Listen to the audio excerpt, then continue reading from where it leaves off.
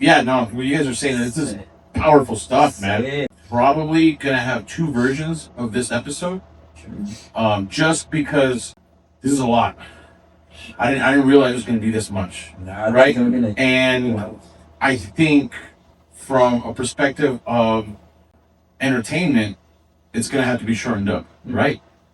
So we're gonna have to shorten this up, but we will have the full episode available for people that do want to listen. Yeah. He likes it in the back. He likes it in the back. Well, you're waiting for that one, huh? Hey, he likes it in the back. This guy likes it in the back. We did it. Yeah, let's see how you do under pressure. Oh, yeah, I've been wanting this shit forever. I've been in the field with whatever they throw at me. Brush it off, pick myself up, moving on to the better. Okay, hey, yeah, ain't no errors, baby. It's a new era. I wake up early, feeling rich like I'm Kesha. I get to the paper, boy. Extra, extra.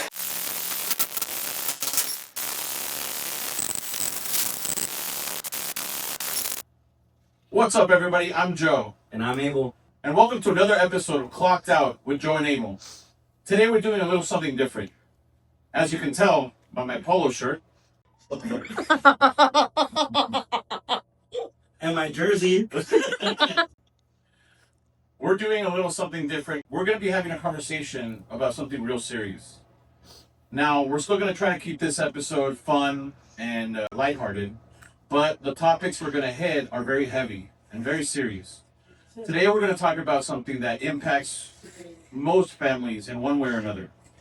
Today, we'll be talking about alcoholism, addiction, and drunk driving. We here at Clocked Out felt it was our responsibility to spread awareness on this issue that's plagued this city for years. And this year specifically, it shows that it's a little worse. Now, we felt an obligation, we felt a responsibility to do this because we do drink on this show and we do try to have fun. We feel it enhances the experience and it helps the audience get to know our guests the way we're getting to know him or her. With that being said, we are going to be talking about very serious subjects. And we do drink and we do have a good time on this show. But this that you see here is not a studio. This is a home. And when our guests appear, they do not drive home drunk. They either Uber, we get them an Uber, we get somebody to drive them home, or they stay here. This will always be their home. And right. We cannot allow them to endanger our community. Okay, and then, so... We have Mr. Carlos and Mr. Pedro. Thank you for joining us today. It's a pleasure to be here with you guys today. Thank you. Thank you very much. No, thank you guys. Thank you guys so much for being here. Carlos and Pedro are members of Alcoholics Anonymous. Alcoholics Anonymous really prides themselves on their anonymity.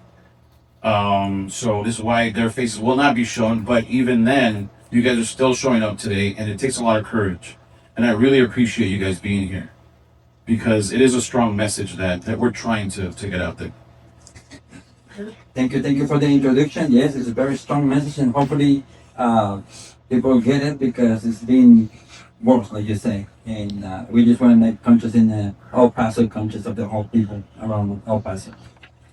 Yeah, absolutely. It's a very hard topic, especially when we're going to be talking about some of the experiences that we have gone through in our personal lives to help bring awareness as far as what alcoholism and alcohol abuse does to the community, and more importantly to all the families here in the Sun City, of course. Absolutely, yeah. And again, we're going to try to have fun, but we are going to dive right into it. Again, thank you guys, and it takes a lot of courage for you guys to be here. Can you guys tell me first memory that you have of seeing somebody drunk? Well, I remember when I was 8 years old, a family member of my father knocked at the door. I opened the door, and he wants to talk to my father. I went to go get him, and on the way back, he was already dead in the door of my house. And I was very young. I said, "Oh my God, what happened?" And then later on, I find out that cirrhosis come to because of alcoholism. And then I thought it was my first call not to do the same, but eventually in the future, I never thought that I'm gonna become one AA member because of my way of drinking. Right. Yeah. So I And get the message first. and you feel that witnessing that, I'm sure, had a lot of impact, and eventually you were unable to escape that cycle. I'm assuming, I don't know, right? Exactly. This is your story to tell. No, exactly. And that just goes to show how, even at a young age, a lot of people think, oh, he was 30, he was 40, he was 50, you know, he came out of it. Like, it impacts somebody so young that you don't even know that you're impacting that person in that way. Right. And look, 8 years old, and it was a game changer already. Yeah. And I guess it could go one way or the other. It could either impact somebody, like you said, you're like, I'm not going down that path. Right? And you I'm sure you swore to yourself, you're like, I'm not doing that. Yeah, that was the idea, but I did. Right. I mean, that's why I'm in AA. I mean, at the beginning, you don't think that, oh, that's not going to happen to me. You're just going to continue living your life and thinking that everything's going to be right, all your dreams and everything. And suddenly, sooner or later, you make contact with alcohol, and then you feel the effect, and you like it. You start loving it and being part of your life, thinking that you always want to have control of it. And then it took me at least 10 years drinking really hard. I was a bartender too, and that was the main reason also to make a little the bump to keep drinking more and more. Yeah. That was the excuse. Exactly. I mean, Carlos, you brought up an accident, right? Like, almost like, this question is for Pedro. Can you think of any close calls that you had when I'm assuming you drove while you were drinking? More than a close call. First and foremost, I want to thank you guys here at Clocked Out podcast to give us this opportunity to open up and give a little bit of what our experience has been, and to be able to humble ourselves to get past this message to the people that are going to be listening and seeing us through the podcast, for them to know that this is real. It's not scripted. We didn't talk about this before. It's something that's coming out of our hearts. It's part of the service that we have to provide to the community as part of the AA, Alcoholic Anonymous, being members of it. It's part of being part of being member of AA is spreading the message. You can't be selfish and keep what you've learned, but you also have to spread it, and that's the reason I wanted to reach out to you guys here at Clocked Out and hopefully give us this opportunity to spread awareness about it. But answering your question, it's really hard to talk about this because I actually have 6 DUIs, and it's really hard to comprehend now. How come I didn't stop on the first one? How come I didn't stop on the second one? Or the third, or the fourth, or the fifth, or even the 6th? I didn't stop on the 6th. I didn't stop drinking. I actually, I'm currently on probation for my 6th DUI, but I was still actively drinking for 4 years after my 6th DUI. Being Mexican, you can rig it basically anything and get away with it. So I was able to rig the machine that I was on probation to continue drinking. And even though I've been sober for 4 years, through, not necessarily through AA, I had to defeat myself to be able to comprehend what was wrong with me. But 3 of the DUIs were actually accidents. And they were accidents where my life was very, very much in danger. Super, super in danger. I thank God every day that I did not hurt anybody. I thank God that at least I didn't hurt anybody with those accidents. But even though I've been sober, for 4.5 years, 1,659 days today, I've been sober. It's not over. No, you shouldn't. It's not over. It's not over. I've had, within my 6 DUIs, on my last DUI, my judge told me, Pedro, since you have 1,000 DUIs, I can't give you probation anymore, and I have friends that after their second or their third DUI, they're already doing time in TDC. They're already, in the Texas, detention centers. And I think, and I'm trying to, you take the positive out of all the negative, and you try to comprehend why God has led me in this path, why He's allowed me so many years of being in the activity with so many problems. And it's barely now that I'm 45 years old that I'm barely a member of Alcoholic Anonymous. It's something that you can't comprehend, but in AA you learn that you have to defeat yourself to what your problem is, and you have to give your life to a supreme power, a higher power. You have to understand that something is happening for a reason. Alcoholic Anonymous is not religious. We are not religious based. We are not a sect. We have no affiliations to any political party or anything like that. But we are spiritually based. We are based on the belief of a higher power, whoever that higher power might be. We don't have any rules or regulations regarding that.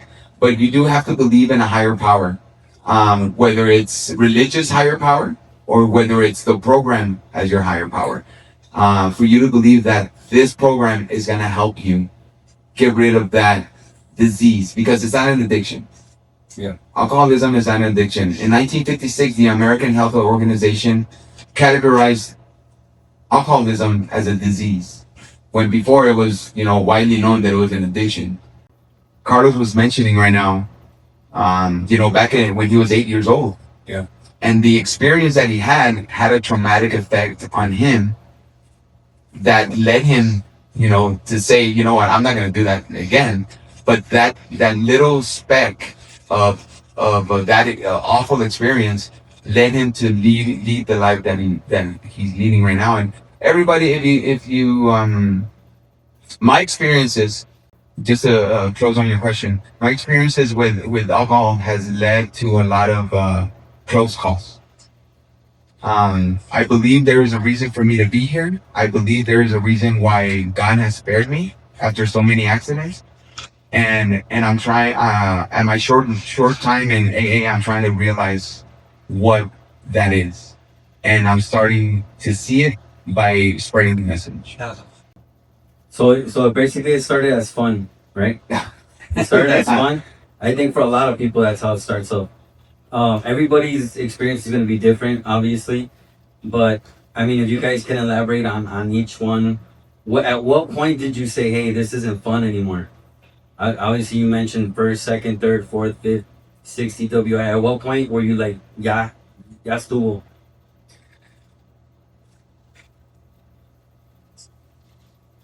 I went, and this is gonna be really deep, and I'm here to talk about it. I signed up for this, so I can't hold back now. But I have always been a very happy person. I have always been the center of attention in my family. I have always been the one that's telling the jokes. I have always been the one that's singing the songs. I have always been the one that if there's a mariachi up there, I'll be the first one to get up and sing with the mariachi. But that was on the outside. That was what I was showing other people. That is what I was showing my family. That is what I was showing my friends. That is what I was showing where I work now. Inside of me, there was a cancer brewing, like a pressure cooker. Yeah. I think my life, I've been thinking about this and how to explain to your listeners and your viewers so they can relate. So it's kind of like having a pressure cooker, and you just keep putting more stuff on it, more stuff on it, more stuff on it, and the pressure cooker is only allowed to hold so much until it explodes. Well, my explosion happened October 17 of 2021. It was around the time that COVID was starting to hit really bad. As you remember, El Paso closed down in 2020, March of 2020 or April of 2020. But then you started seeing all the other repercussions of COVID a year after. You know, people with breathing problems, people with lung problems, people with all kinds of problems. Yeah. And I started losing a lot of friends. I started not necessarily losing them as they're not my friends anymore, losing them as in they're buried, they're dead. Mhm.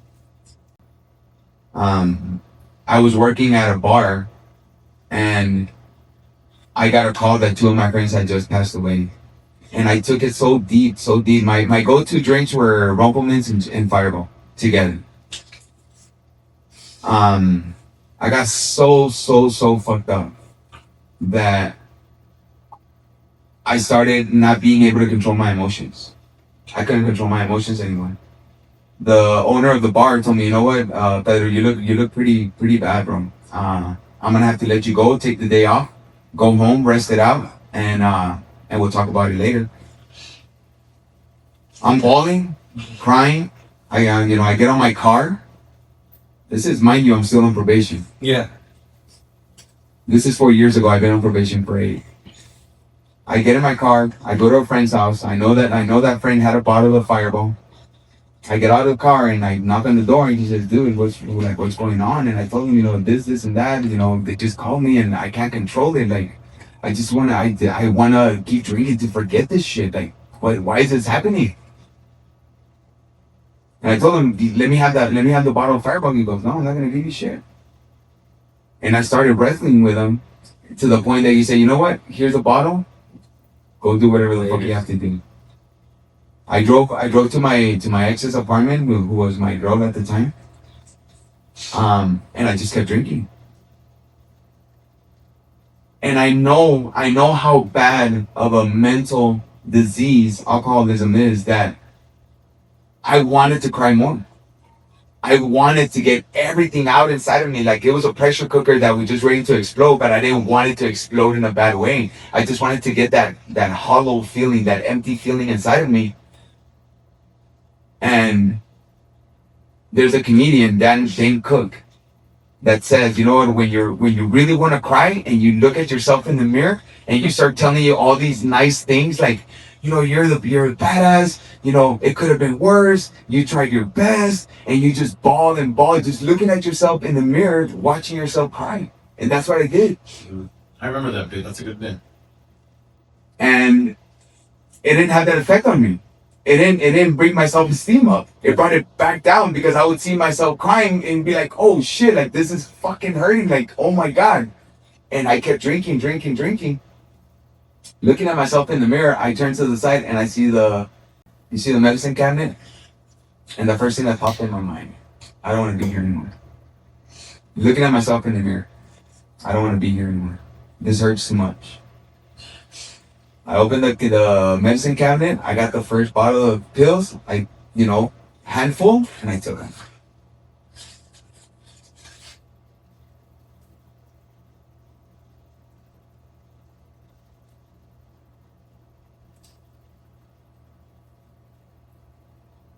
As soon as I took those pills, my kids, I have a 18-year-old and a 15-year-old. My kids pop into my mind. And I think my drunkenness just completely vanished. And I was sober enough to realize what the hell I was doing. I got out of the bathroom. I went to the kitchen and I started putting my finger in my mouth to start throwing up all those pills. Shaking like, oh shit, I can't stop this anymore. I already took them. I can't stop it. What the fuck am I gonna do? I called my sister. I called my dad. Told them what I did. My sisters are ecstatic, like, what the hell are you doing? Calls 911. Within 2 minutes, paramedics, fire trucks, cops, everybody's there at the apartment. I have the door open, they walk in, they started checking me, they started checking for everything, they told me what did I take, how many, I was like, I don't know, I just took them. And my sister and my dad show up right after. And it's It's probably funny now because the paramedic told me, you know what? Did you even see what you took? I was like, no, I just got the first bottle, popped it open, I put a handful, and I took her. Blue chews. It's melatonin. No. Yeah. And you weren't tired? That's what sobered you up. You didn't fall asleep. And he told me, I could see the pills that you threw up. Uh-huh. You might still have some inside you. Here's The worst thing here's that- a blanket. Yeah. The worst thing that could have happened to you with that many pills, you were gonna have nightmares for about 4 or 5 days straight. Oh shit. Yeah. He goes, but the simple fact that you don't know what you took and you took that much, you have a problem. And we can't let you stay here. We're gonna have to take you in. So they took me to Providence on the Loop 375 on Transbond on the west side. They found my stomach. I got a hold of my probation. My probation knew what was going on. He talked to my judge. The judge was, I think, lenient because I could have gone to jail for a very long time for breaking my probation. But she understood where I was coming from. She understood the problem that I had. And she allowed me to stay free. But I had to go to Emergence Health Network and do 8 months of counseling. That was the time that I dropped myself on my knees and I asked God to stop this that's going on in my life, to stop my hurting, to stop my suffering. And since that day, October 17 was that Sunday, October 18 was when I got out of the hospital, and since that day, I've been clean and sober. I've been clean and sober from alcohol, and of course, alcohol leads to other drugs. So I had to get rid of the foundation of my suffering, which was alcohol. Oh. Dude. Thank you for sharing that story. Heads up, Carlos switches to Spanish for part of this episode. We love our bilingual audience, but to keep things smooth for everyone, we moved that section to the end. Skip ahead now if you want to catch it. What you said about alcoholism is not an addiction. It's a mental disease. It was actually bad. I just remembered. It was you. When you said that, not that it just resonated, but it made a little more sense because you can't. It's like when somebody has alcoholism, right? And you tell them, well, just stop drinking. That's like telling somebody, stop being depressed. Stop, having anxiety. Stop being bipolar, right? You can't tell somebody that. I know plenty of ex-girlfriends that I've told that to. And And that makes you drink? Yeah, that makes me drink too, yeah. So she was a problem. I'm glad you got rid of her. Hey. Also, when you said that when you would hang out with your buddies and during a get-together, everybody would be partying and having a good time, and you were next to the cooler because you wanted most of the drinks. You wanted as much drinks as you Keep drinking this. And I think that happens with a lot of people, not necessarily with the cooler, but like, hey, I want to go to the bar that has all the women. You know what I mean? Like, why do you do that? Why do you want to go with all the women? You can't just try to find like why is it that women is your, Or when we have a cookout, I want to be the grill master because I want to eat most of that fucking food. Oh, that's what you really meant. Now I know. I thought you just liked it. There you go. You can lie to anybody. You can lie to your wife. You can lie to your kids. You can lie to your boss. You can lie to anybody, and you're gonna have a consequence. Either they fire you, or your wife is gonna get mad at you and not talk to you for a week, or your kids are gonna be like, Dad, you told me you were gonna take me here, but you didn't. Like, what's going on? And your kids are gonna forgive you. But when you lie to yourself, that's the lowest self-esteem act that you can have towards you. When you do not love yourself enough to understand that you need to be a better person for your surroundings to be good. And that's what I never comprehended. I never comprehended what me lying to myself about, stress is just stress. Like, I'm a business owner. Like, I have to worry about stuff. Yes, worry about stuff. But my ex was a punching bag. All the stress that I was getting from the bars, from putting up with the managers, putting up with my restaurant, putting up with everything. Yes, I took it in and I never showed them. But when I would get home, I would take it out on her. And when I came to that realization, I understood that I was not done with alcohol. That I was not done. I was barely starting to understand what alcoholism had done in my life. And it's a really hard pill to swallow. So when you say right now, it's a mental disease, that's exactly how you comprehend the effect that alcoholism has on the individual. I mentioned to you right now, if you get a promotion, you want to drink. If you get fired, you want to drink. If you're listening to a song that hurts you, you want to drink. We're gonna have a great episode today. We're not gonna drink. So that's kind of my part of my experience as far as being sober for 4 years and still being able to need the 36 principles, because Alcoholics Anonymous is based on 36 principles. 12 steps for your recovery, 12 concepts for your unity, and 12 traditions for your recuperation, for you to get better. We're here making our unity. We're here making our due what do you call it? Our due diligence. Due diligence.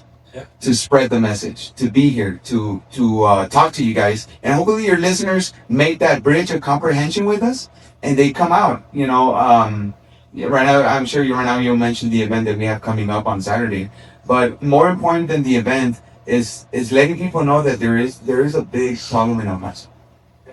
There's a big problem in El Paso. There's been a 55 increase in DWI arrests in the past 3 years, according to the El Paso Sheriff's Office. There's been a 6% increase, and just this year, 6% increase with El Paso PD as far as DUI arrests.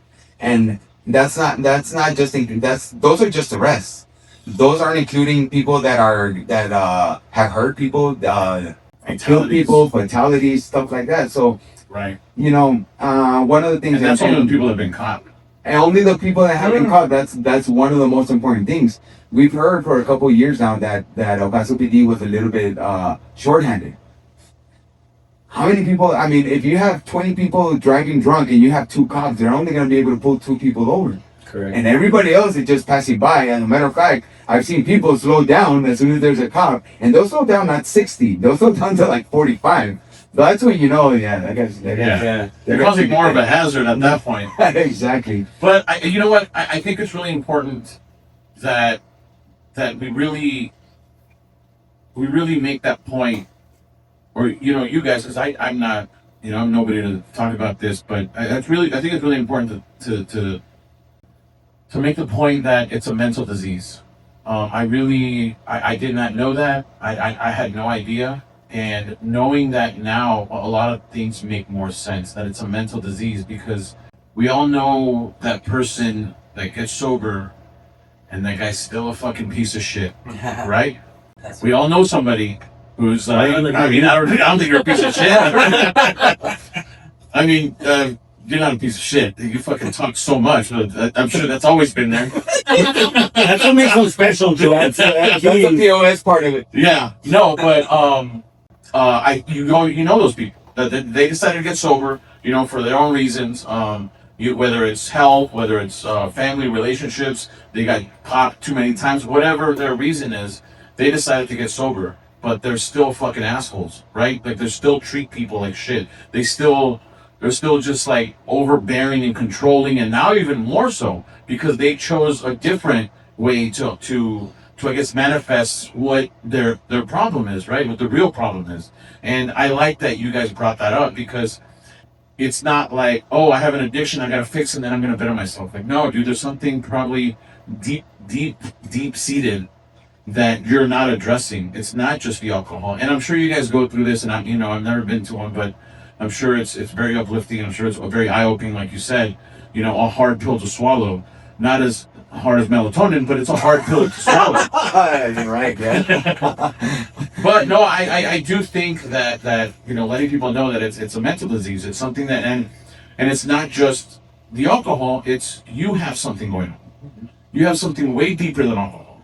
Like, for example, it probably wasn't the alcohol. It's the fact that you saw your dad in that state. Nobody wants to see any family member, let alone your father, somebody who, you know, you look up to, somebody who you expect to protect you, and he's so vulnerable.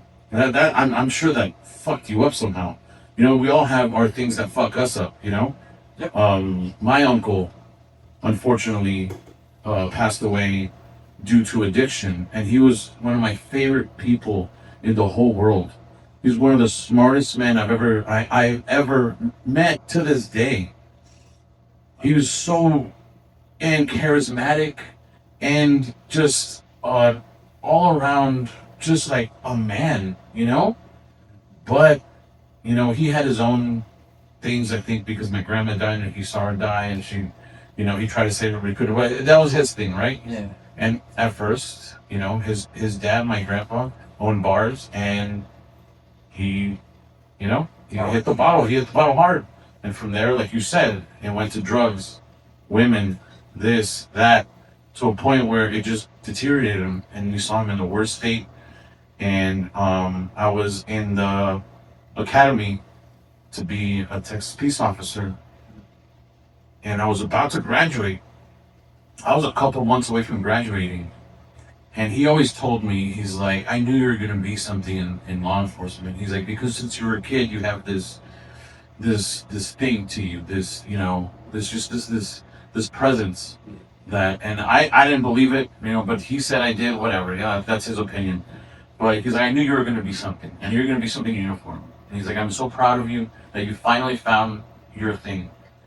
And I was so looking forward to graduating so he could see me. And 2 months before I graduated, I got the call that he had passed away. And it sucks, man. I cried so much. I cried so fucking much, and it you know, to this day, I don't know if I get a little choked up, and it sucks, man. It blows that you see somebody, you know, go through that. Yeah. Quiere llorar, no puede. Yeah. But yeah, thousands of people die every year due to alcoholism. I think the statistic is every 39 seconds, one person dies. When you guys were, you know, enjoying your drinks and you know, in your deepest state, did that statistic ever mean anything to you, or not? You never thought about that? You never think about that. You just want to party, and Right. thinking that you're gonna have fun and blah blah blah, you know. Yeah. And you know, this people ask sometimes, what else AA offered to me besides stop drinking? Well, we always go through a little line that continue and about stop drinking, and then we want to work together to get to know yourself better, you know. Once you realize who you are and what you're doing, why you're acting the way you're acting, and then we call that the personal analysis. You know, it's like an inventory of yourself. And then once we finish with that job, then we continue with amendments. Amendments very important if you want to have a good relationship with people. These are the. I'm sorry to interrupt you, but these are the requirements to join that you're. No. The only requirement to join AA is to decide to stop. Okay. Once you decide to stop, then you're in the right place. That's the one requirement. Yeah, that's the only thing. Okay. I mean, you can go and, like I say, it take me about a year. I don't want to stop drinking. I don't have the desire. I don't even qualify to be a member, but I was there. Nobody kicked me out. Does it cost something No, to be in here, or? Pedro, tell us a little bit about that. No, you know, the main requirement, and how Carlos was saying it, the main requirement for you to become a member of AA is to understand that you're ungovernable against alcohol, that you can't control it, and that you need help. That's it. Alcoholic Anonymous is open to everybody. It's not religious based. It's not politically based. We don't care what your sexual tendencies are, whether you're gay, whether you're bi, whether you're transsexual, whether you're Eagle. Perfect for you, dude. I knew. I want to say before your bitch ass fucking said it. We don't judge anybody. You already know. I already fucking saw your eye too. You're like, oh fuck yeah. We don't investigate. We don't investigate. Don't worry about it. Jersey? You're all in. It's funny because usually I'm the one in the polo. So when you walk in, I'm like, bro, Well, I'm like, and then he walks in on GQ. I'm like, all right, I see you. Okay. Alcoholics Anonymous has been self-autonomous. We support ourselves with our own donations. We do not take donations from companies. We do not take donations from hospitals. We do not take donations from anything. We are self-autonomous, which means that we support ourselves with our own donations. So every time we have a group, there's a seventh tradition. Like I mentioned before, there's 36 principles that Alcoholics Anonymous is based on. 12 steps, 12 concepts, and 12 traditions. The traditions are the ones that bring the unity between all the groups or within your group. The seventh tradition is the requirement, not the requirement, but the humbleness for you to provide funds for your group, so you can pay rent, because rent, even though it's a church, you still need to give that donation to the church. Yeah. So when for us to buy coffee, for us to buy literature, we have to do it on our own. So we have a treasurer. We have everybody in every group is autonomous. So there's no bosses, there's no leaders, there's nothing like that. There is a group that's called the conscience. The conscience is what makes decisions within the group, but it's voted upon. So it's not like one person says, "Hey, I'm gonna paint this room white." Yeah. No, you can't do that unless the conscience, which is based on 6 people, unless there's a unanimous vote, and then it's approved. So That sounds creepy. The consciousness? it's called the conscience because it's a conscience for the group. Sounds like a good movie. Yeah. Yeah. Why don't we ask the consciousness? Yeah. Joe. So there's no charge. There's absolutely So when no you say we don't take donations from companies, does that mean you don't go asking for them, or you refuse to take them?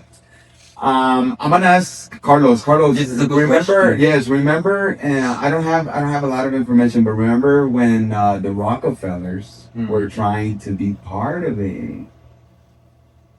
And history is very, very important, because now we say on the seventh tradition, the spiritual and the material is when the money is in the hand. It's a spiritual way to put it, you put the money on it. That's the only reason, or the only place that it takes the spiritual and the material. Yeah.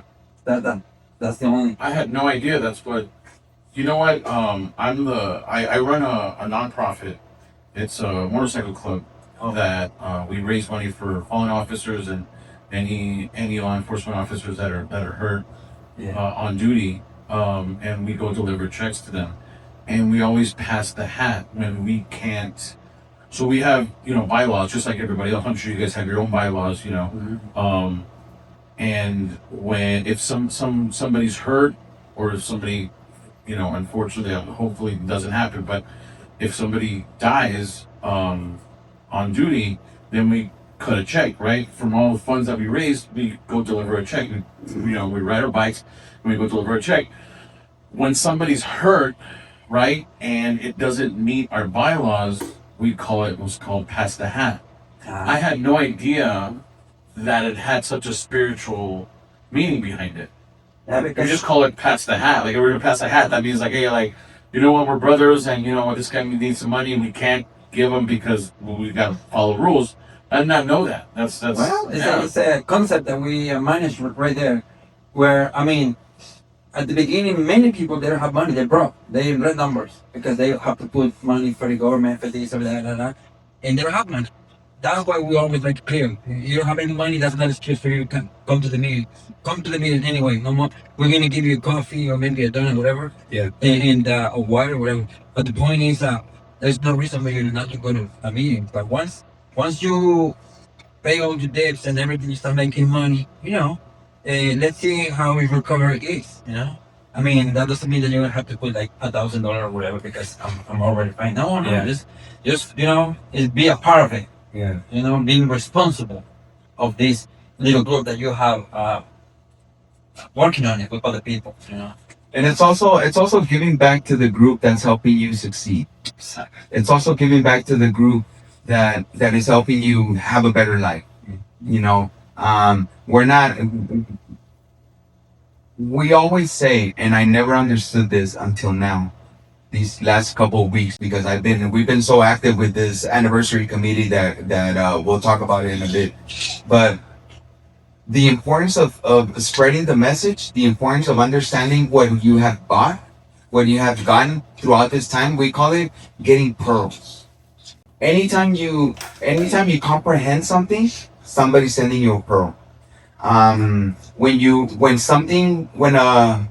I guess in to understand a little bit better, when the light turns on, you're getting a pearl. So I should definitely not tell my wife you're getting a pearl. Yeah, no. Yeah, I like that. I like that. She's gonna think it's anal bead. She was like, So for every epiphany that you have in your life, you get a pearl. It's the significance of you getting pearls. So you want your head to be full of pearls, knowledge, understanding. Oh, gotcha. It's pearls that you're getting instead of getting shit. You're getting pearls. Because if you think about it, where do you get the pearls from? The clams, oysters. What is oysters? It's nothing but trash. They come from like eating like the worst of the worst from the sea, but it creates a pearl. So it's out of all that trash. I skipped marine biology, so I have no idea. You do know that shrimp are considered like the roaches of the sea, right? they're so delicious. Shrimp are the roaches? The roaches of the sea. Yeah, they eat all the crap. They eat all that stuff. So good. So I love it, right? So one of the understandings is out of all the crap that you have that you get daily, you get the pearls. You get the stuff that helps you, because sometimes what it helps you is not necessarily going to help me. Correct. So you don't want to be full, and these are all terms that just are amazing. Everybody carries a bag. Yeah. Everybody carries a bag, whether it's stress, whether it's problems at work, whether it's problems with the family, whether it's your kids, whether it's school, whether it's anything. You carry a yeah, but this one's in the back. Yeah. He likes it in the back. He likes it in the back. Well, you're waiting for that one, huh? Hey, he likes it in the back. This guy likes it in the back. We did it. I should have got you with that. You're a holy. Waiting to pull the trigger here. So everybody carries a bag. It's up to you whether that bag is full of shit or whether it's full of information that you're gonna need later on. Yeah, no, what you guys are saying, this is powerful stuff, man. You guys are. Thank you guys so much for being here, man. This is powerful stuff. I will say that I'm probably gonna have 2 versions of this episode, just because this is a lot. I didn't realize it was gonna be this much, right? And I think from a perspective of entertainment, it's gonna have to be shortened up, right? So we're gonna have to shorten this up, but we will have the full episode available for people that do want to listen, right? But I would hate to do anybody a disservice to where they're like, okay, this is a wrong story, but they're great stories. Like I'm not, and I don't mean that in a like a disrespectful way where it's like, bro, these are everything you say, every word you say is powerful, and you mean it, and you say it with conviction because it means something to you. But I would also want somebody who's just a casual listener who may have a chance to listen to the full thing really after because our attention span sucks. We gotta admit that, right? Yeah. TikTok is the thing for a reason. Yeah. Because Quick, let's go. What's up? Right? So we will have 2 episodes available. Our first one will probably be the quick one, and then eventually we'll have the full one available. So to continue talking, continue speaking your mind, but just know that that unfortunately our attention span sucks.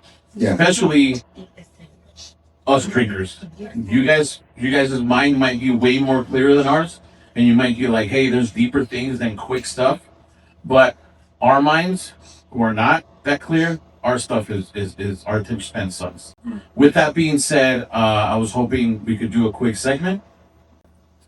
These are all Joel's ideas, eh? The segment part. This is him taking control. No. So I can deal with it. He's got You know what? I might have control issues, just like Pedro over here. Myth or fact? First one. AA is only for alcoholics. That's a me. That's a myth. Yeah. People think it's for alcoholics only, but lately, nobody uses only alcohol, and we know that. Drugs, alcohol is together now, one or the other. Most of the time it's together.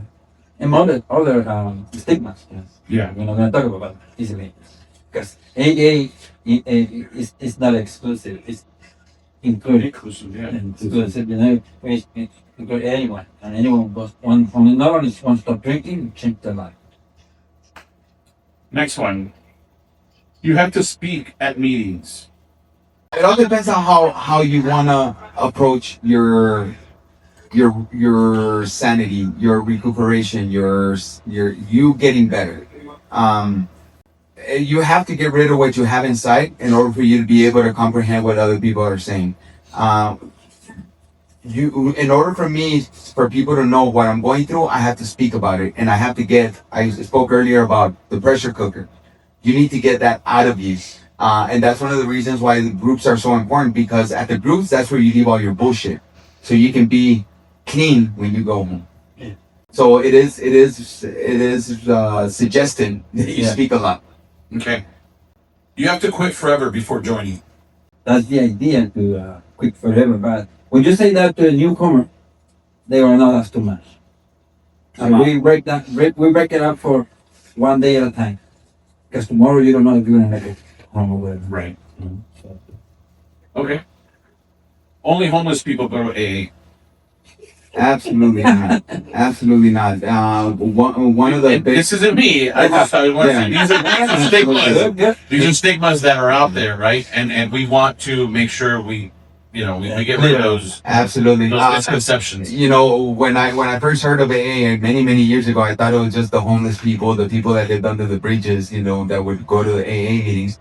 But now, because of the anonymity factor of AA, you understand that there's doctors, there's lawyers, there's professionals that belong to AA. I'm gonna go as far as to say that there's priests. Yep. That belong in AA. Yep. There's a lot of cops. There might yeah. be professional, Sure. PD, first responders, Exactly. military.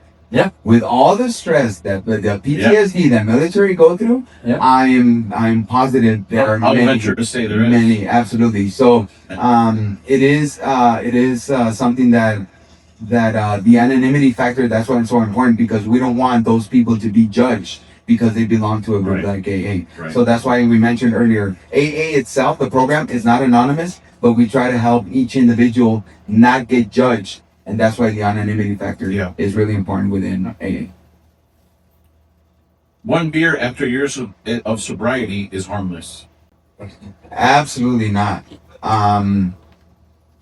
Being alcoholic, doing your diagnosis of the questionnaire that we have. In every group, there's a questionnaire that you can answer a couple of questions, and you'll be able to figure out whether you can consider yourself an alcoholic or not. There's nobody in any AA group that's going to tell you you're an alcoholic.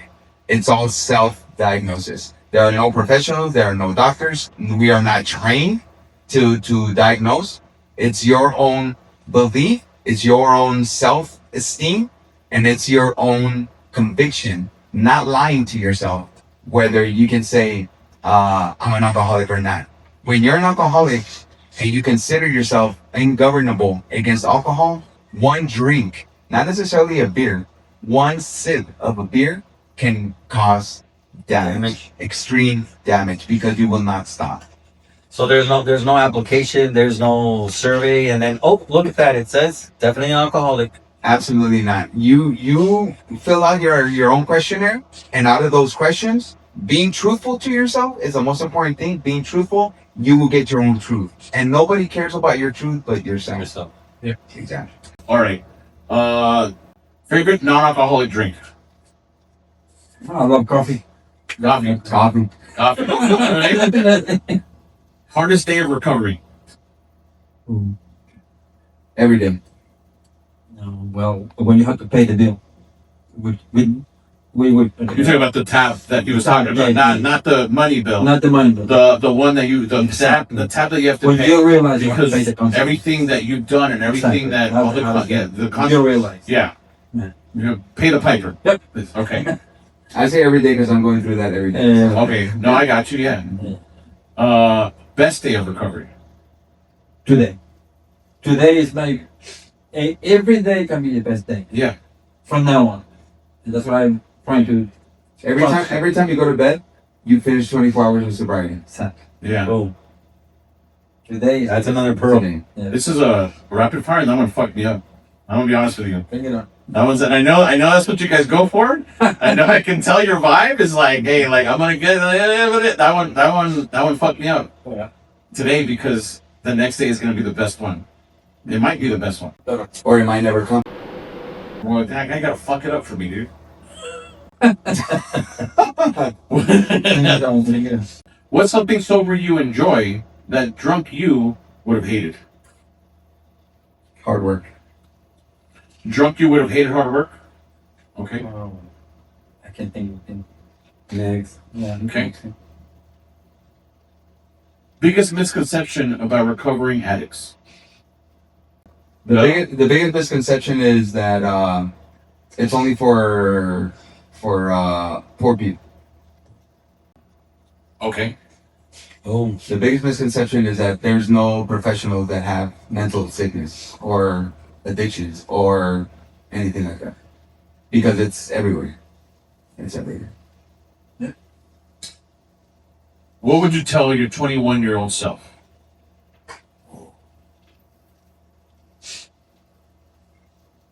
Love yourself.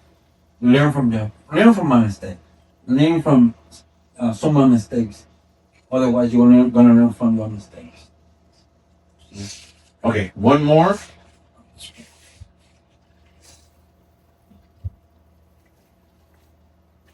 Okay, I think it's important that everybody in this room, has a chance to speak, including our wonderful producer, Kathy.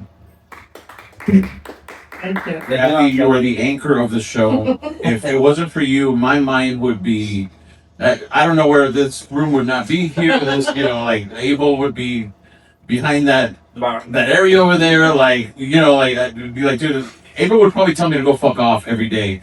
If it wasn't, I knew. All right, I knew. Nice. No, dude, honestly, you are the anchor of this show, and I can't tell you enough how much we appreciate you. And it showed during that episode that we're not going to air because it went to fucking shit. More than one person in this room can attest to that. That showed that you are the anchor of the show. And we really fucking appreciate you, okay?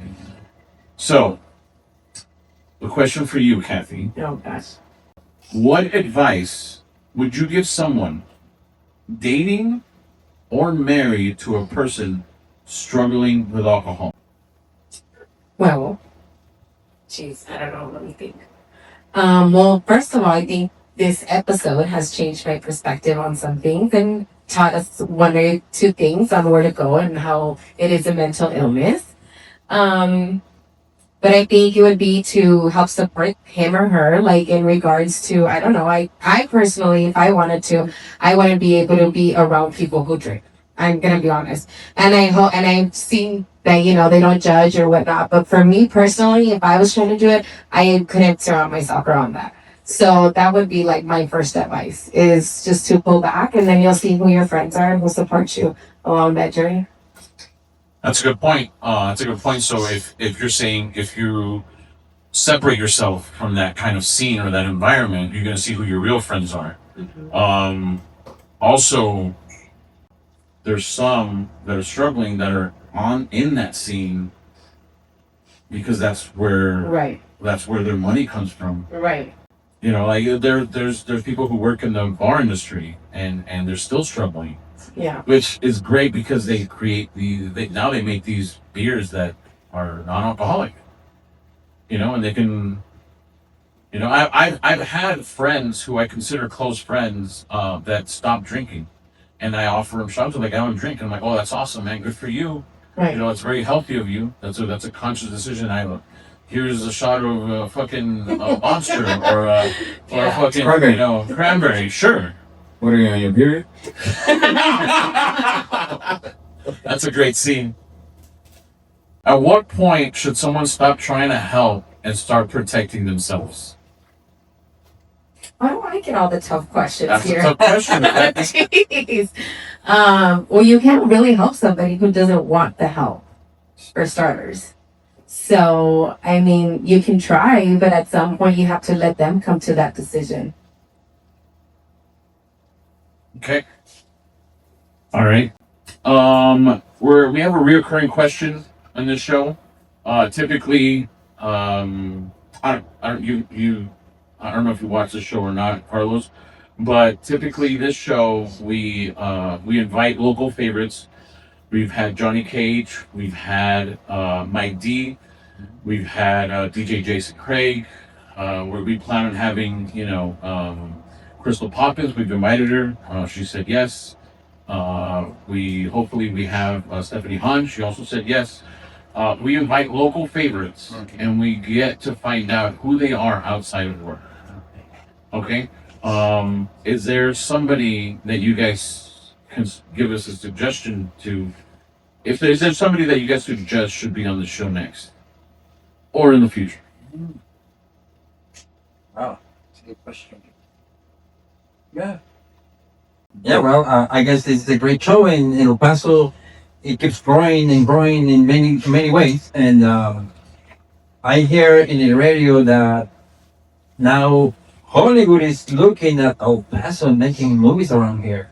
Yeah. I don't know what's the name of this. So, one battle after another. Hey, well, Yeah. Yeah. maybe for I was an extra on that. Oh, yeah. Yeah, I was there for 3 seconds. Well, If you see, if you, I was not. In 1 minute, 1 second. yeah, it was like, so they wanted to they actually hired real cops to be extras in the movie, and a lot of us went out there, and we were there for hours, and we got a little spotlight. Which was cool. It was cool to Did you watch. get paid? Oh yeah, they did pay you. Nice. Yeah, How much they pay you for 3 seconds? not as much as my my overtime, but No, but it's been very interesting that El Paso is growing up in many ways. And when I hear that in the movies and people is coming to El Paso, knowing Hollywood, but right here, maybe next time you invite one of those, from Hollywood. One of the movies. that'd be cool. Yeah, hopefully. It's a suggestion for the future. Yeah, yeah, If you invite that'd one be of them, awesome. then just let us know so we can. Yeah. Well, there's 2 DJs that have been tearing it up outside of El Paso. Johnny Cage is a big one here in El Paso, but there's one in Las Vegas called his name is Esteban Carrasco. He's tearing it up in every single club in Las Vegas, and he's El Paso based. He's from El Paso. There's also another DJ that's been doing a lot of the EDM shows, the EDM concerts, Riot 10. And he's also from El Paso. And he's here every so often. I think he's going to be here for the Neon Paint Party. Okay. So I think they could give you a lot of input as to they're from El Paso and why did they have to leave. And because I know Riot 10 still lives here, but he's out there in the world. He goes to Europe and plays all these amazing festivals. And for someone from El Paso to be putting up the 915 worldwide is amazing. So I think that's a good candidate. We're gonna need your help to get in touch with those people for Yeah, sure. there can. I had a quick. I forgot to ask this. So I have a friend who's struggling. He was struggling. This was maybe like 2 years ago, and he was struggling. He was struggling really hard, and he had gone to AA meetings before.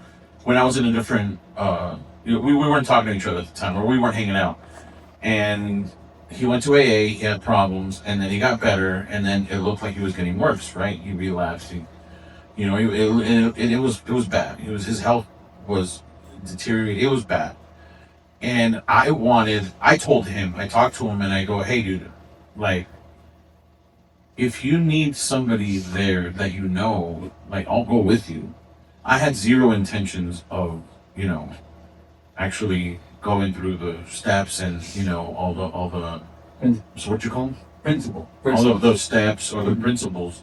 I had zero intentions of doing that. Like, is that something somebody can do, or it's exclusive for people that have decided no, I want That's a to. good question. AA has a lot of friends. Without these friends since the beginning, that they're not alcoholics, we wouldn't be here talking about AA.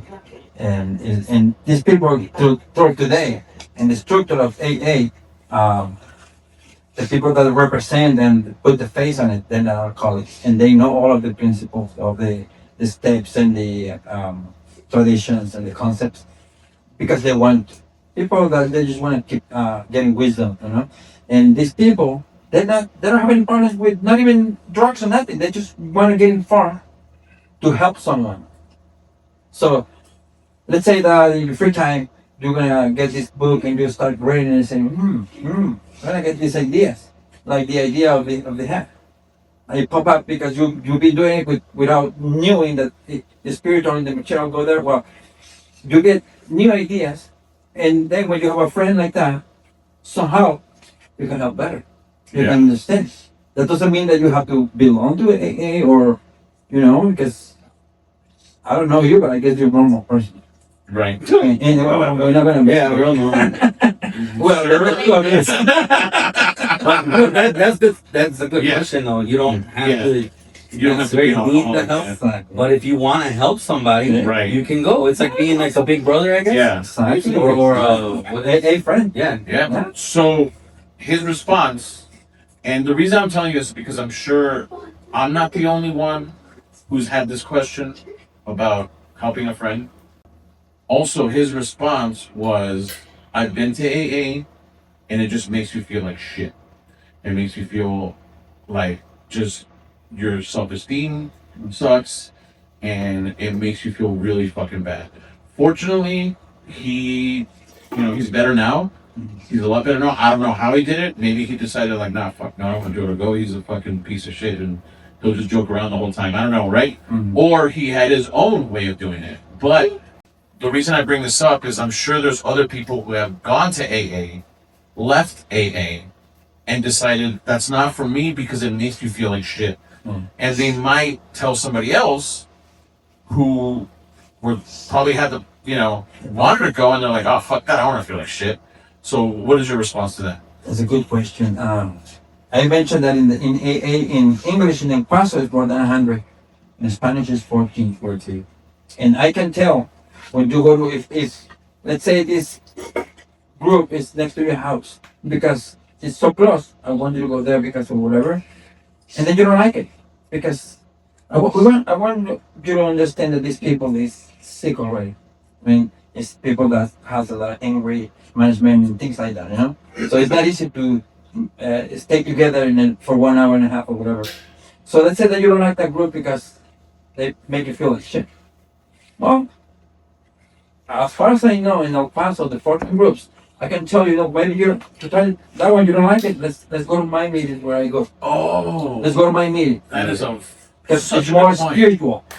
But in the character of each group, it's autonomous, but at the same time, some of them, they're more fucked up than other ones. Because some of them, they don't want to recover. They think it's a club or whatever. They just, or because nobody's waiting for them at the house, they're just staying there doing right, nothing. because they have nothing else to do. They're Exactly. lonely, But they use this as a clutch for their own And loneliness. then when you bring your friend right there and mess that up, he don't want nothing to do with AA because he thinks that that's AA. Everywhere. Exactly. But That is such a valid point. just bring it to him. There's 100 of them. Exactly. Why would you go to one? Yeah. Right. You keep looking for your place Yeah. where you feel good Right. and you feel like, oh Yeah. my God, that makes sense. I want My first girlfriend cheated on me. That doesn't mean that.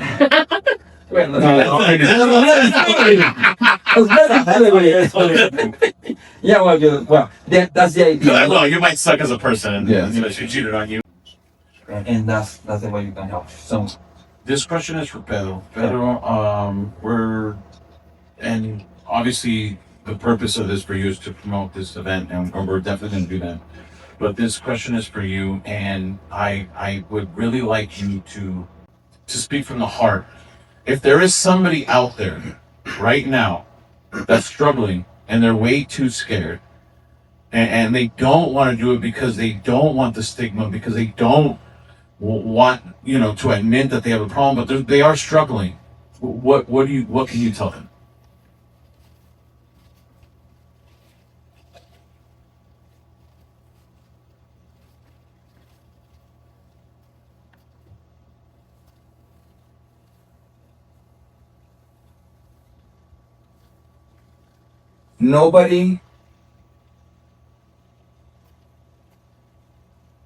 Nobody's gonna be looking out for you like you look out for yourself. You have to have a selfish aspect to you to better yourself.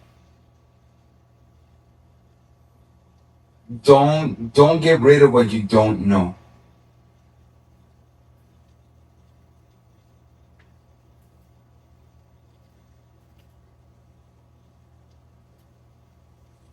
And I want to say it honestly, but investigate within you, because nobody else but you know exactly where your problems are. Nobody knows what you're going through. Nobody knows your demons inside your head. Nobody knows unless you confront them, and unless you put yourself at your higher power. We are not supposed to be here to carry our burdens. We are supposed to be here to live a fruitful life. You only have one life, and you have to make it a happy one for your family members, for your surrounding, but most importantly, you have to have a happy life for yourself. Be that light around your surroundings. Be the light, be the example that you can succeed. Be the example that you can change. Be the example that you're strong. Be the example that you can be the person that you actually want to be, and not be what alcohol desires you to be. Give yourself that chance. You have to love yourself, because nobody else cares for you like yourself. Be honest with yourself. Live with yourself. Happy with yourself. Be in love with the person you look in the mirror. Trust the person you see in that mirror, and love the person you see in the mirror. I have a saying: I'm not as good as I'm gonna get, but I'm better than I used to be. Don't give up on yourself. There's help. Just give yourself that chance. There is help. There is help for everybody. Doesn't matter who you are. Doesn't matter where you live. Doesn't matter what you are. Doesn't matter who you believe in. Doesn't matter where you work, what you gain, what you make. You're a millionaire. You're poor. You live on the street. It doesn't matter. There is help for every single person listening. The only thing you have to do is love yourself, defeat yourself against your problem, and you will come out a winner. There is a belief in AA that you have to lose to win. You have to lose yourself to that problem to win against that problem. You have to lose yourself to alcoholism for you to be able to humble yourself, walk into one of these AA groups, and win against alcoholism. That's one of the biggest paradoxes in AA. You have to give to receive. You have to lose to win. You have to die to live. As of September 2nd, I lived again. I've been reborn as a member of AA. Even though I was sober for 4 years before that, I was born again because I'm a new person. Because I fight my demons. If you're listening and you have demons, nobody knows about them but you give yourself that chance. I gave myself a chance, and I'm paying the tab, but I'm glad I'm paying the tab now and not farther down the line. I have members, I have brothers, I have sponsors that are with me, are available 24/7, and that's exactly what we can give you. Help 24/7.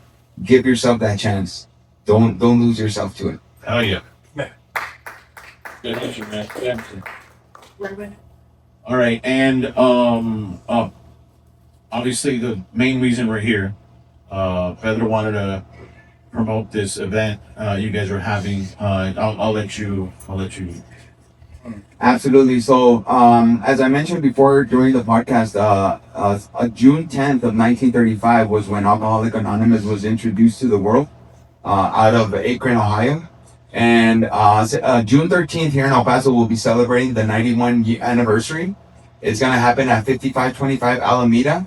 You guys know where Fox Plaza is, the swap meet? Yeah. So right where those little shops set up, right there's a place called Party Plus Party Hall. We're going to be celebrating the 91 year anniversary. Real quick, I just want to let you guys know that for the past couple of years, the anniversaries have been nothing but parties. Celebrations. So, speaking of paradox, it's a party with AA. It's a party with AA. Yeah, because we still party. Yeah. We're not dull. Right.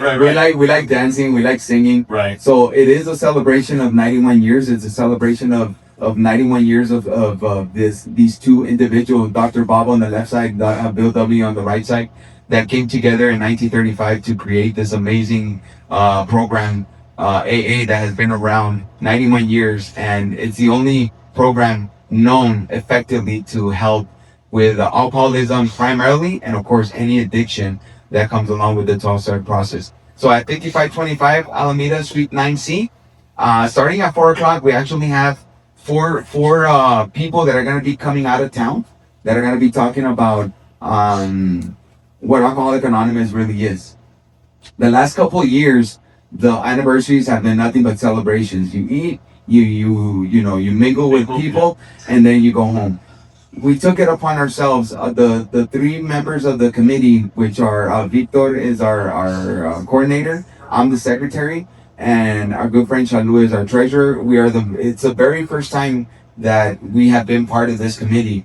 The other members have been around 16, 20, 25 years, so it's real awesome to hear people tell me it's amazing that you've been here for 8 months, 9 months, and you're already in a committee so important to put up an anniversary celebration. Yeah. So I took it upon myself and us three, the committee, to bring awareness to El Paso with this celebration. Okay.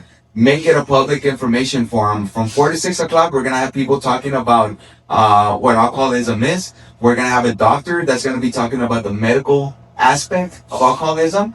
And there's a group in El Paso, and it's a nationwide group called Al-Anon. Al-Anon is a group that focuses on the family side of the alcoholic. How do you live with an alcoholic? How do you react to an alcoholic? How do you treat an alcoholic? And this is the wives, the family members, the aunts, the grandpas, the kids of the alcoholic, and it's a support group for themselves. We were in the radio earlier today promoting the event, and we've had an amazing reaction to it. Because I know you, Joe, that you're a public servant and you're out there, and your job, you probably see more than any of us here about the consequences of what alcohol has done to our city. I think with my line of business, and of course because of the anonymity, I can't tell a lot, but I am in that business where alcoholism is always around. Alcohol is involved. And I see what this alcoholism is doing, the alcohol abuse is doing to our city. I don't want to say alcoholism because we don't know if you're an alcoholic or not, but there is a problem with alcohol abuse. You and I have mutual friends that we've lost. Due to alcoholism. And, you back then, you thought about cirrhosis, and those people 60, 70 years old. Now we have friends that have passed away at 35, 37, 41. And that just comes to show that it's not our bodies, it's the way our mental state is reacting to our economy, to our stress, to our health, to our diet, all that stuff. Just our So way of living. it is that mental health. So we wanna use this event, June 13th, this Saturday, to spread the word, spread the message, provide the message, and provide that information we mentioned earlier. You know, if you know somebody that has an alcohol problem, go to this event, get the information, and give them the information. If not, invite them, take them with you. From 4 to 6:30, we're gonna have a public information forum where we're gonna be giving away information, and from 6:20 till 8 o'clock, it's free food. We're gonna be providing free food. There's gonna be drinks. I'm gonna be providing the music. I don't know why I'm gonna be providing the music, but it's gonna be first. It's gonna be a public information forum, and then we're gonna celebrate the people that actually came through and are looking to be part of AA. Okay. So this is this flyer specifically is in Spanish, but the event is not in Spanish, correct? The event is in Spanish, but there is gonna be information in English given. Okay. It is the Hispanic side. For the Spanish speakers, do you mind letting them know? Because you said it in English, but do you mind letting them know? Sí. Bueno, estamos celebrando nuestro 91 aniversario, ya que Alcohólicos Anónimos nació en 1935. Y bueno, la idea es invitar a toda la audiencia de este podcast para que asistan ahí el sábado 13 de junio, este sábado ya, de 4 a 8. De 4 a 6:30 tendremos la información al público con personas que han venido de fuera del Paso. Hemos invitado a varios oradores para que compartan varios temas que es de mucho interés de AA. Y bueno, después tendremos comida y música, ya que también nosotros hemos dejado de beber, pero queremos divertirnos sanamente también. Y bueno, los invitamos a todos y gracias por invitarnos aquí. No, gracias a usted. Muchas gracias a usted. Thank you so much for being here, Pedro. And of course, the message is if you know anybody who's struggling, or if you're struggling yourself and you just can't bring yourself, or you're too scared, or you just want information, you can reach out to any one of us here. Obviously, they're anonymous, but you can reach out to our podcast. You can reach out to, and we'll get that information for you. Also, please drink responsibly. I can't stress that part enough. We do drink on this show, and we have fun, but we're responsible. And again, nobody drives home drunk. This is a home, and we make sure that our family, including you guys, are safe. Can you guys think of any resources off the top of your head that somebody can, like a website or something? Absolutely. You go to aa.org and you get all the information, English and Spanish. And also for El Paso, we have a phone number, 915-838-6264. And I'm going to repeat that again, 915-838-6264. When you call this number, you can get information about where is the meeting going on in El Paso, or La Cruces, or Socorro, anywhere. They give the information for free. Don't worry about it. Thank you. All right. Thank you guys so much for being here. This whole night I've been drinking San Pellegrino Chow Lime. So after this podcast, I am going to have a little drink. But there's nothing illegal about drinking. There's zero illegal. It is legal. The problem is when you can't control it, and you won't admit that you can't control it, or you get behind the wheel.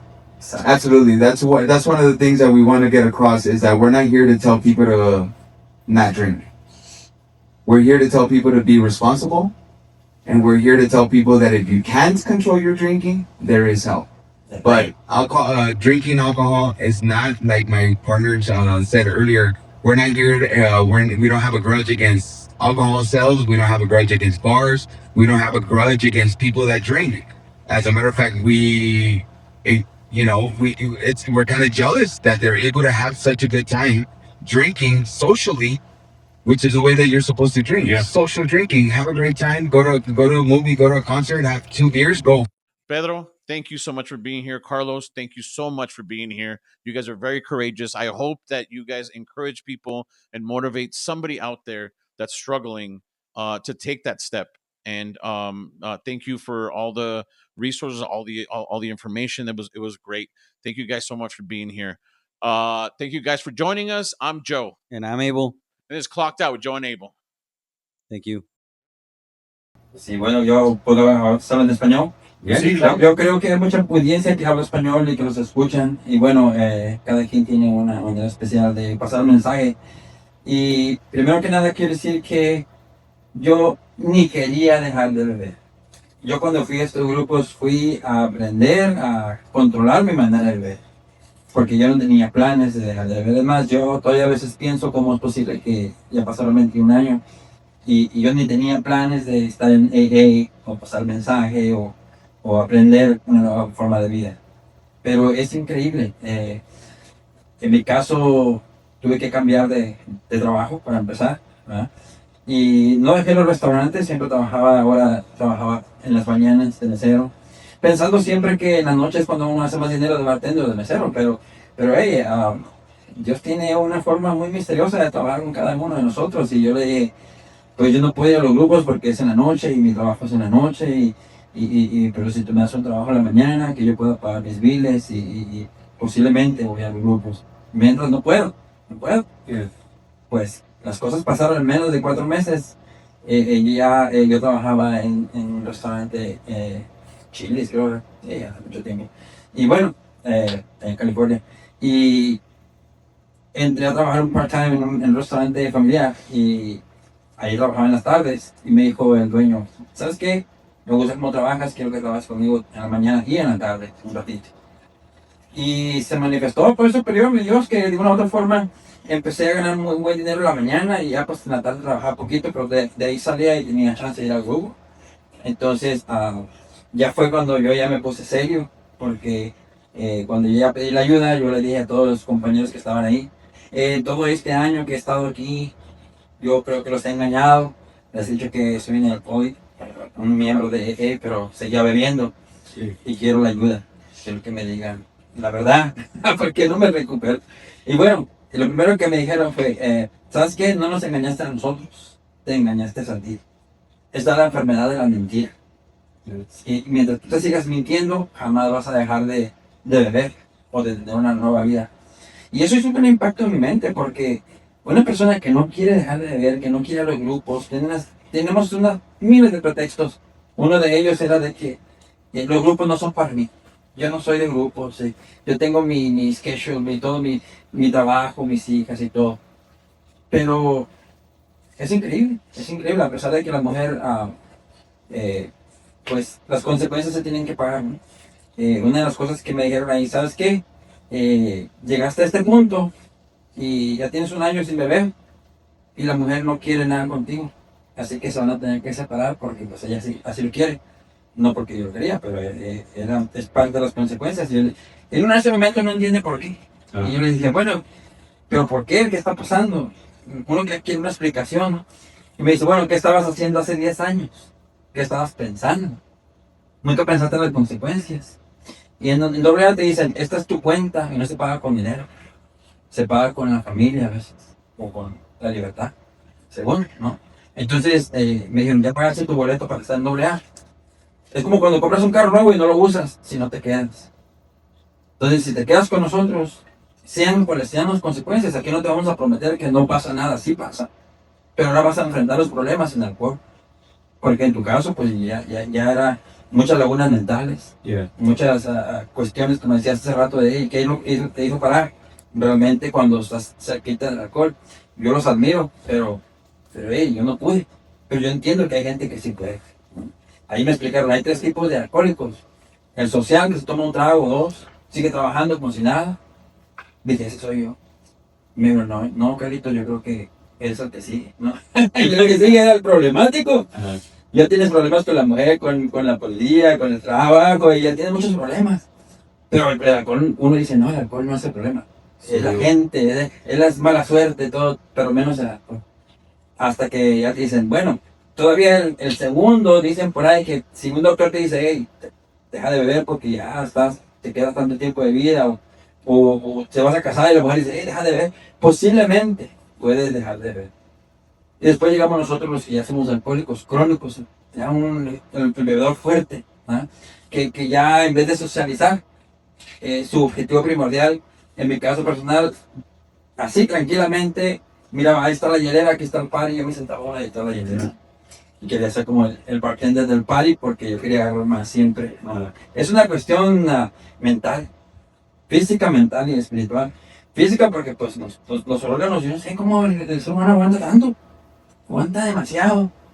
En lo mental es porque es una idea, una obsesión que se ha metido en nuestra mente, que todo el día estás pensando en alcohol, alcohol, alcohol, y no sé qué pasa, que llega un amigo y te da una cerveza, llega otro, y nunca te falta, no tienes dinero para la renta o para los biles, pero tienes dinero, pero sobra, y pues uno dice, pues es que gracias Dios mío, pero uno sabes que estás, ¿no?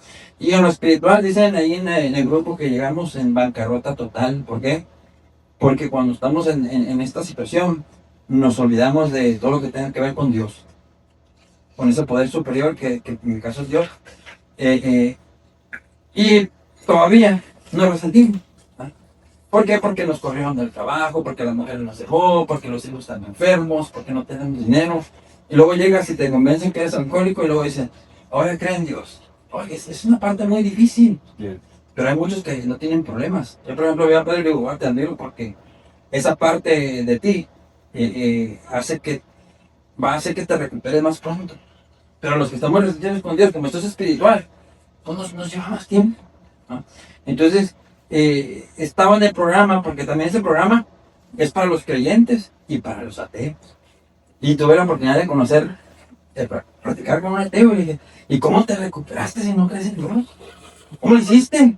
Porque yo creo que soy ateo. Ajá. Y me dice, no, es que no eres ateo, eres agnóstico. Ahora resulta que hay tres tipos de personas referente a la fe. Los ateos que creen, los que no creen, los creyentes y los agnósticos. Y hablan de los agnósticos como personas que saben que Dios existe, pero como que allá, él con sus negocios y yo con los míos, y él no va a hacer nada por mí porque sí existe, pero o le caigo gordo o no existe, no sé. Pero siempre estamos confundidos. Pero ya cuando llegas a Alcohólicos Anónimos, te van mostrando toda esta información, te van dando toda esta gama de ideas nuevas que tú vas abrazando y dices tú, pues ¿qué soy? ¿No? Bueno, yo creo que soy agnóstico, pero ya no quiero ser agnóstico, quiero ser creyente de un poder superior. Y le llamamos poder superior, y yo, ¿y por qué poder superior? Porque resulta que eso está en todo el mundo. Y si somos observadores, pues hay muchísimas religiones, pero 5 o 6 son las más fuertes. Hablamos de lo que es el catolicismo, el cristianismo, el judaísmo, los musulmanes, etcétera, etcétera, los budistas. Y es increíble cómo este programa ha podido entrar en todos estos países. Y cuando ponemos la palabra poder superior, como tú lo entiendas, como tú lo concibas, la gente como que agarra la onda, hasta los ateos, porque en algo tienen que creer. Sí. Le he hablado con una y me dice, es que yo creo en la energía. En la energía, y la energía que se pasa junto con la información para que yo viva mejor. Oye, qué buena filosofía, amigo. Ajá. Pero yo, pues mis raíces pues son católicas, ¿no? Y pues yo digo, bueno, pues yo abrazo mi poder superior como Jesucristo, ¿no?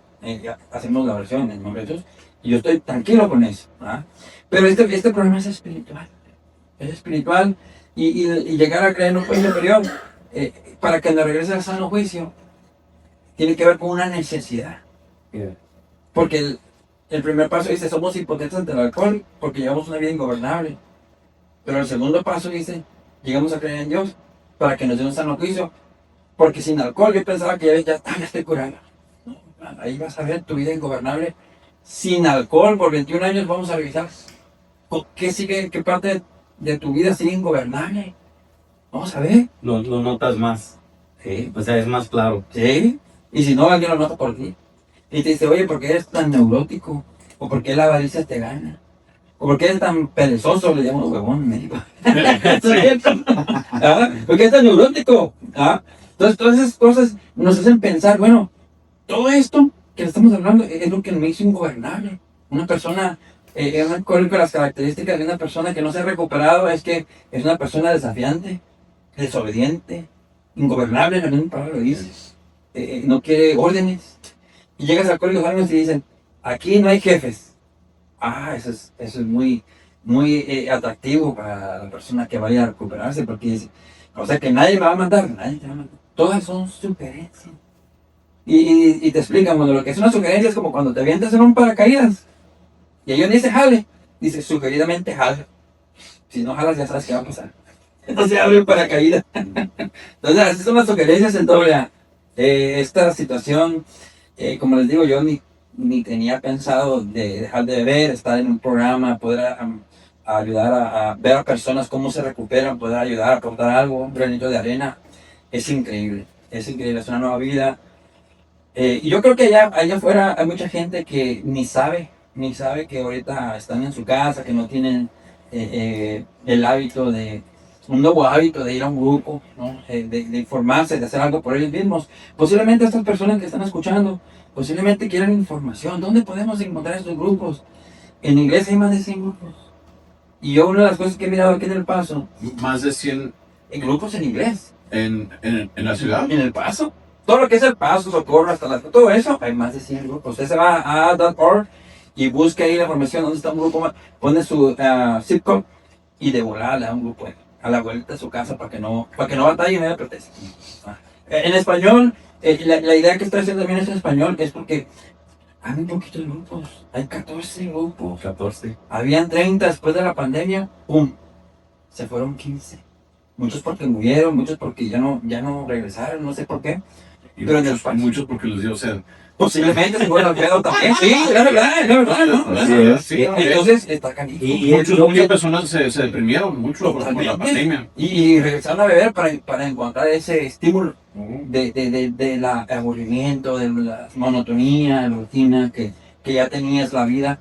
Y fue una cosa muy difícil para todo el mundo la producción del programa. Y luego yo pienso lo que llevas acá arriba es más difícil que cambiar, porque físicamente pues Te va recuperando. te fregas Cuando y vos dejas- dices, no, ya no puedo. Mm. Pero acá siempre piensas, sí puedo, pero acá no puedo. Todavía hasta el día de hoy, a veces, porque yo sé de vinos, licores, yo sé de lo que son buenos los carros, aunque hay carros que son muy malos, pero yo sé más o menos. A rato No, ahí ahí Nos avisa. nos dan la luz al rato porque nosotros no sabemos. En otra entrevista.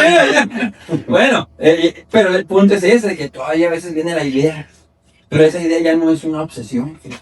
Solamente digo yo creo que a mis 29, yo creo que yo puedo beber un trago y tener control y divertirme. Pero he visto compañeros que 10, 15, 20 años que se han ido a beber y regresan, a veces sin un brazo, que han chocado, o sin una pata, o a veces ya no regresan y cuando quieren regresar es imposible. ¿Por qué? Porque siempre había una reserva ahí. Te recuerdo que siempre hay una reserva. Algún día, es la obsesión mental, voy a controlar mi manera de beber. Es cierto, es una mentira. Esta es la verdadera mentira.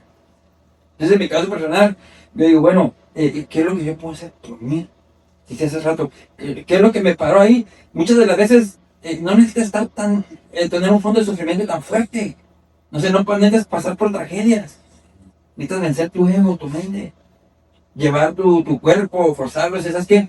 Ser honesto contigo mismo y decir, ¿sabes qué? ¿Tengo un problema o no tengo un problema?